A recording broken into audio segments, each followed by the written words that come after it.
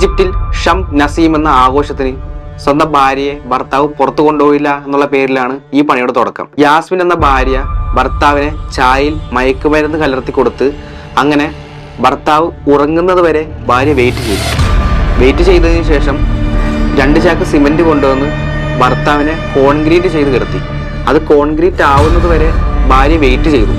അതിനുശേഷം സംഭവിച്ചത് ഭർത്താവിനെ ഹോസ്പിറ്റലിൽ ഗുരുതരാവസ്ഥയിൽ, അതായത് ശരീരത്തിന് ഉൾഭാഗത്തും, അതായത് മൊത്തം സിമെന്റ് കൊണ്ട് കട്ട പിടിച്ച നിലയിലാണ് ഭർത്താവായ ഇസാമിനെ കണ്ടെത്തിയത്.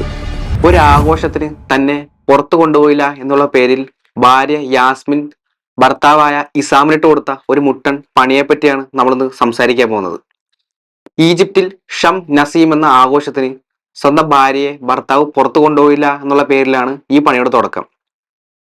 യാസ്മിൻ എന്ന ഭാര്യ ഭർത്താവിനെ ചായയിൽ മയക്കുമരുന്ന് കലർത്തി കൊടുത്ത് അങ്ങനെ ഭർത്താവ് ഉറങ്ങുന്നത് വരെ ഭാര്യ വെയിറ്റ് ചെയ്തതിനു ശേഷം 2 ചാക്ക് സിമെന്റ് കൊണ്ടുവന്ന് ഭർത്താവിനെ കോൺക്രീറ്റ് ചെയ്ത് കിടത്തി. അത് കോൺക്രീറ്റ് ആവുന്നത് വരെ ഭാര്യ വെയിറ്റ് ചെയ്തു. അതിനുശേഷം സംഭവിച്ചത് ഭർത്താവിനെ ഹോസ്പിറ്റലിൽ ഗുരുതരാവസ്ഥയിൽ, അതായത് ശരീരത്തിന് ഉൾഭാഗത്തും, അതായത് മൊത്തം സിമെന്റ് കൊണ്ട് കട്ട പിടിച്ച നിലയിലാണ് ഭർത്താവായ ഇസാമിനെ കണ്ടെത്തിയത്. ഈ കഥയുടെ അവസാനത്തോടൊത്ത് എത്തിയപ്പോഴാണ് ഒരു കാര്യം പിടികിട്ടിയത്. ഇത് വെറും ഒരു AI ജനറേറ്റഡ് കഥയാണെന്നുള്ളത്.